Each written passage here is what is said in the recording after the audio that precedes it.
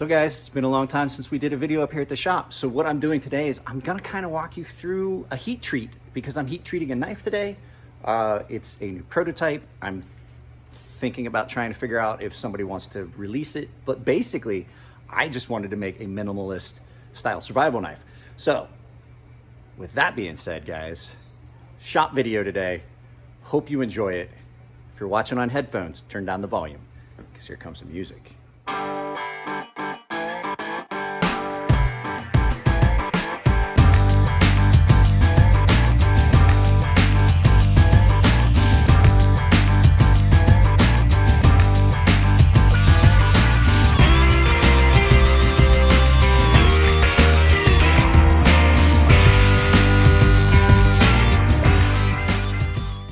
So I've probably done this before, but today is a heat treat day. So what we're gonna do is we're gonna kind of take a look at some of the things that I do when I heat treat a knife. Now I know that a lot of you guys know about knife making and what heat treat is, but what heat treat does is it takes and it changes the crystalline structure of the steel and imparts to it the qualities that you want in a knife. So you want hardness, which you get from the initial heat treat and rapid quench. And so you get that hardness that you want, but then it becomes brittle, and then you have to do what's called tempering, which is a long process at a lower temperature. So the heat treat, basically, for what you're doing as far as the heat and quench, you're gonna get it to a temperature as rapidly as possible, and then you're immediately gonna quench it. So you're gonna drop it, in this case, I'm going with 1725 degrees, and I'm gonna quench it down to like, it goes from that to about 400 or 500 degrees in a matter of seconds. I do, this is an air quench, plate quench steel that I'm using. So it's gonna drop down to that temperature rapidly. And it's gonna lock in that crystalline structure that has formed in the heat treat. Because what happens is you get that steel to a temperature that is, it's a weird point where things actually move around in the steel. The carbon moves and the carbides form and different elements combine. Usually when you're talking about carbides, you're talking about like the iron carbides that form where carbon and iron. But if the other traces are in there, such as, you know, if there is, what am I trying? I'm trying to think of here. Vanadium. Vanadium, if there's vanadium in the steel, it forms carbides. Chromium forms carbides. And so they form these different carbides with the carbon lattice structure that makes the steel harder. But like I said, that makes it really brittle when it locks in, and you've locked that in place, and there's a lot of stress in that steel. You have to relieve some of that stress and soften that steel, and that's what the temper process is. That's what takes the longest. Heat treat usually takes a couple hours to get it to temperature and then quench. I'm sorry for the initial, like the initial heat and quench. The temper is what takes a while because you've got to get it and hold it at a specific temperature for a long period of time to allow that stress in that steel to kind of relax and allow it to be flexible and still hard and hold an edge. So that's what we're gonna do. You already saw the intro. This is just a quick, you know, I haven't set a tripod or anything up yet. But the first thing we have to do is set up our heat treat packet. So I'm gonna meet you guys over at the heat treat table, and that's what we're gonna look at. Table of knowledge, because this is where all the heat treat formulas are written. So you know what steel packet you need, your foil, different temperatures for different heat treats on different steels. And you can see it's all written down here. And we go back over it with a marker every once in a while so it doesn't get lost. But yeah, we call it the table of knowledge. Now, the first thing you really have to do is, I can't just throw this in the oven, because what's gonna happen, and this is a knife you guys haven't seen yet, this is kind of a prototype. So what you get is you can't just throw this in the oven. So if I put this in the oven and I don't do anything to protect it, what I get is rapid oxidation. I've had packets that bust. And what you're doing is you're eliminating the oxygen from getting to the steel, because at temperature, the oxygen will react much faster with this steel. And this steel is S7, so it will rust faster. So you get rapid oxidation. So what you have to do is you have to take some of this steel foil and you have to wrap this up in a packet, which is what I'm getting ready to do. So we'll get it put over here. You guys can watch it I may just add some music over it because it's a pretty boring thing to do and it's a pain in the ass. I have to put these gloves on because sharpest thing in the shop is this foil. This is not tin foil that you guys are used to. This is 309 stainless steel foil, and I think it is it's like half a millimeter, it's like a quarter of a millimeter thick, but it's really thin and it's really sharp. So I'm gonna get the tripod set up and you guys get to see me put that in a packet, make it up, and then we'll get the ovens and everything set up. So I'm gonna need to get this hose out of my way first of all.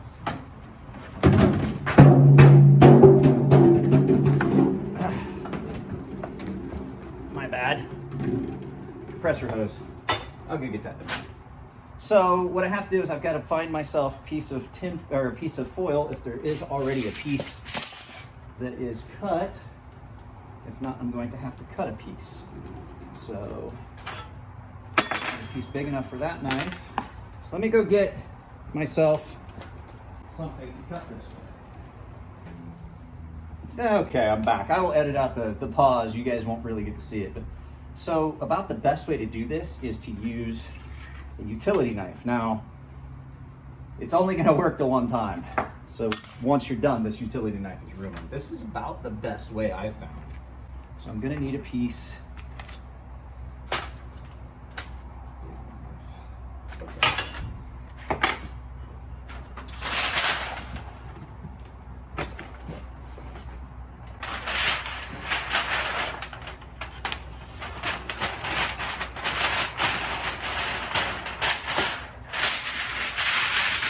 So you want to be able to get a good seal on this. So when you cut your piece,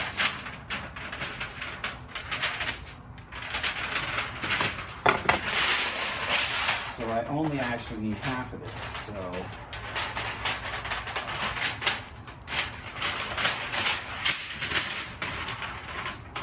I'm actually going to cut this piece of foil back in half because I don't need that much.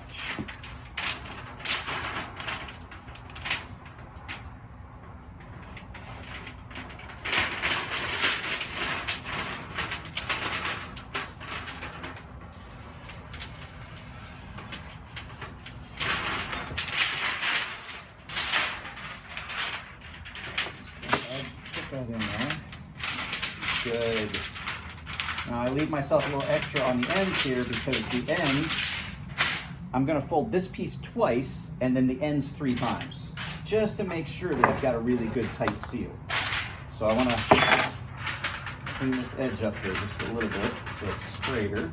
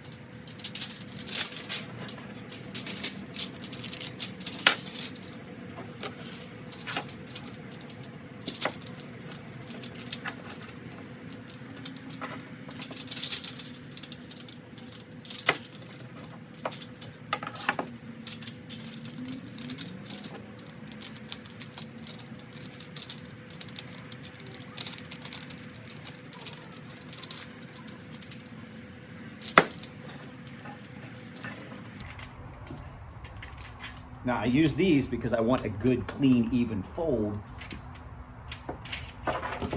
so that I don't get gaps. So I can keep a nice straighter line and I don't get gaps where air can get in. So now what we'll do is, guys, since you're watching at home, we're gonna crimp one end. So you do 2 down the front, and then this is the way I was taught to do it. And then 3 folds on each end.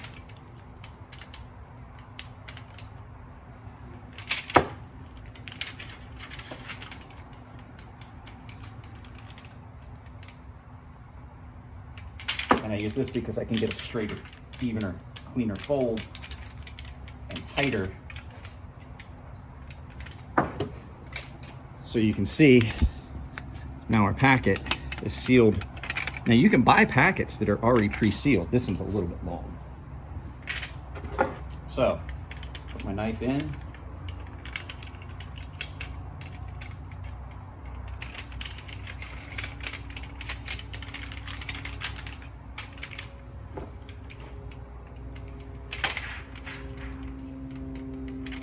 Let me crimp this in.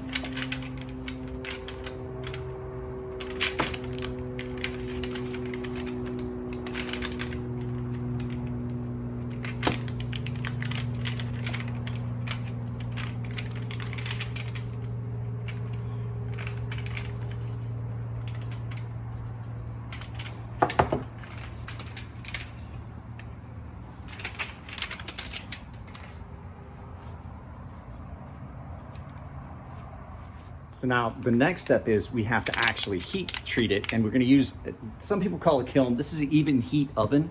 So what we're gonna do is we're gonna set the oven up. Now the important thing is knowing the heat treat formula for your steel, because if you heat treat it incorrectly, it's not gonna have the properties you want.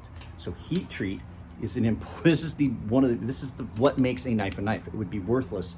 You may as well make it out of copper if you don't get this right. So I'm gonna go ahead and I'll get it set up. I'll show you how to set up the ovens, and I will bring you guys right back. So I actually accidentally erased the footage of me setting this up and everything, but we'll take a quick look in here.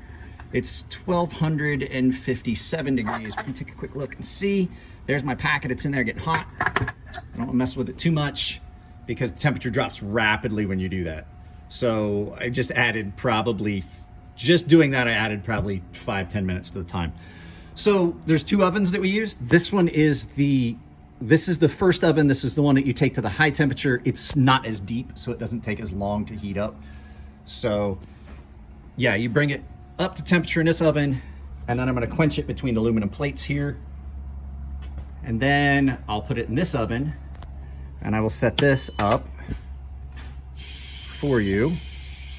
Let's pause for a second because I gotta make sure I know the exact correct temperature settings. Okay, so this temper is gonna be at 400 degrees. Let's see, so user one, we're gonna segment of one, full run up, and we're gonna set that for 400 because apparently somebody's been cooking pizza. Yes, we have from time to time cooked food in the even heats. So 400, and then the setting for that, so we're gonna hold time for that for 2 hours. Now I'm gonna do that twice, so that's 4 hours just in heat treat. This is only at 1275. This can get to 1450, sit for 15 minutes, and then ramp the rest of the way up to 1725. At that point, everything is done on this one. We'll turn this oven off. We'll move everything over to here after we quench it. So the in-between cycle, what I'll do is 2 hours on this. I'll pull it out. I'll set it down here and let it cool to basically to room temperature, and then put it back in the oven for another 2 hour cycle. So heat treat is the main reason that things that are handmade are so expensive. I'm doing one knife, sometimes 3 knives maximum at a time. It's gonna be all day. I can't do anything else on that knife while it's in heat treat. So it takes a day to make the basic the outline, cut it out and do all that. And then it takes a day to do heat treat. And then it's gonna take a day to do grinding and surface finish. Maybe I can get those both done in a day. And then handles takes me personally, because handles is my least favorite thing and I'm not as good at it as other people. Handles take me a lot longer, and I have to make them from scratch. This knife is gonna be cord wrapped. But yeah, it's just a long process. So if anyone is ever curious why a full handmade custom knife costs so much, those are the reasons. It's really time consuming. So guys, I'm not gonna try and take the camera over there if I'm here by myself. I'm not sure if anybody's gonna be here by the time we get ready to do this. But what I'm gonna do is I've got the camera set up so that you can see me do the actual quench. So I'm gonna pull the packet out, I'm gonna quench the plate, I'll cut the packet open, pull it out, let it cool. And then I'm going to start the temper process. And I know I'm doing it again where I'm looking at this. This is why I started filming everything with the back facing camera, because it's really hard to remember to look at the camera if I have the screen. At any rate, like I said, it's all set up. All I have to do is flip this camera around and I'll start filming once I get that to temperature. It's at 1550 right now. So when it heats 1725, we're ready to quench. So it won't take all that long, I'm hoping. All right, guys, we're at temperature. I'm gonna go ahead and pull this thing out. So I gotta get my gloves on. And I did not make sure that the big set of channel locks was here, but that's okay. So we are at 1725. Pull this packet out. Not really glowy, but it's hot enough for what I want. So I'm going to lean on it to prevent it from warping. So we're going to flip this over here in a second. My glove caught on fire. It's still real hot. So what we're doing is we're just keeping some weight on it to fight any chance that it wants to try and warp. We're going to keep it pinched in here for a little bit. A lot of guys use 2 plates and a vise. I don't, because it's just, this is just as easy. I weigh 230 pounds right now. I can probably fight the warpage. So you just keep doing this until you hear it stop making like snap, crackle, pop sounds.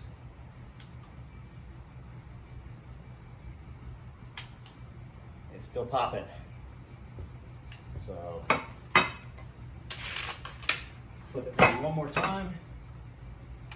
I'm not feeling it wanting to try to wobble back and forth. I think it's good here. Pull it out of its packet and see what we will see.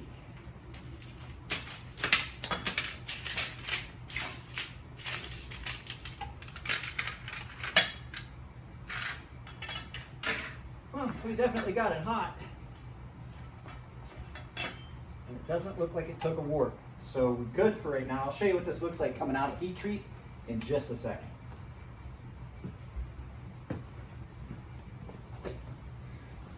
You can see there's some oxidation and some color change on that. That's to be expected. What we were trying to avoid was a large amount of oxidation, but that heat treat coloring is attractive. I wish I could leave it, but it's gonna get ground away. So at any rate, guys, the initial step of heat treat is done. So we're gonna get that thrown in the oven to temper for 2 hours. As soon as it cools, once it cools to a point where it's not hot to the touch, I'm gonna set that other oven up. I'm gonna put it in and I'm gonna gradually get it to 1,000 degrees and I'm gonna leave it at 1,000 degrees. I'm sorry, no, 400 degrees for 2 hours. And then the other one, it's different steel. 20 CV, I temper it 1,000. So 22 and 1,000, 2,200 degrees for 20 CV and 1,000 degrees for the temper. For this steel, it's 1725 and 400 degrees. Different steels, different heat treats. You gotta know your heat treat, because if you don't, there's a good chance you're gonna screw up your blade. Okay, so for the heat treat, the second stage, it's in the oven, but it's not in a packet because we're not taking this to a real high temperature. You will get some oxidation on it, but it's not going to be bad. We should start seeing the temperature go up really rapidly on this. Let's see.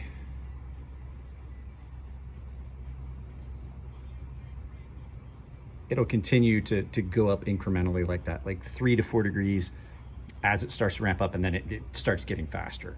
So 400 degrees is not a real high temperature. Getting it to 1,000, doing a double heat treat cycle, double temper cycle, I should say, at 1,000 takes a lot longer. The nice thing about this is this oven will stay at temperature, so my second one, it doesn't have to heat up as much. Well, I'm really happy to see this, guys. It's only been like 5 minutes since I put this in the oven. It's already almost 400 degrees. These ovens heat up incredibly fast, and they don't like that. This oven is still probably 1,600 degrees inside. I can put my hand on it. Now it's hot, don't get me wrong, it's hot. I can definitely feel that it's hot.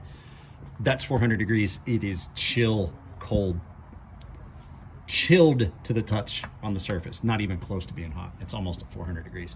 So the fact that they're insulated really well allows them to build that heat up really rapidly. I mean, you can see how thick the fire brick on that door is. It's like 2-3 inches thick.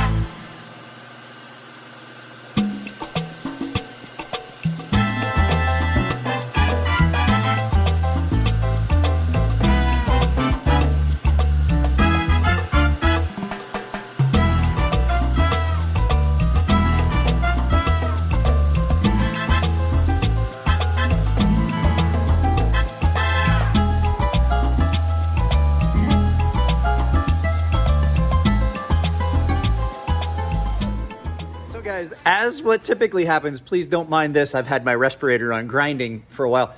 I did not film the final part of the heat treat, but basically all I did was I watched an oven for 4 hours. And at the 2-hour mark, halfway through, I pulled that piece of metal out and I watched it cool down and then I put it back in an oven. But what you did just see was a lot of me actually grinding that knife. I'm doing a full flat grind on this knife, as you can see. Almost complete. As you can see, I do not use a jig. I don't use a rest. I freehand grind everything I make. So it's almost done. I just have a couple little things I want to do to it before it gets done. And then I am going to try and get this done as a production. I have an idea of what I want to do with this. This is going to be an outdoor style knife, very thin ground. This is an S7 prototype. It's going to be wrapped handles. So I apologize that I didn't get the rest of the heat treat on, but as you can see, it is now dark. It is 7 o'clock at night. So this is my new prototype, guys. Thanks for watching the videos. If you like them, give them a thumbs up. If you don't like them, give them a thumbs down, but tell me why. If you really like the videos, there's an applause button. And if you want to join the channel to take advantage of the giveaways and things that I do, please feel free. I'm sorry that I did not get the final piece of the heat treat done on film, and I wish I had gotten more of the grinding, but I didn't have my Hobbit here to videography for me. I'm gonna let you guys go because this camera's getting heavy. I love you all. Take it easy, and I'll see you in the next video.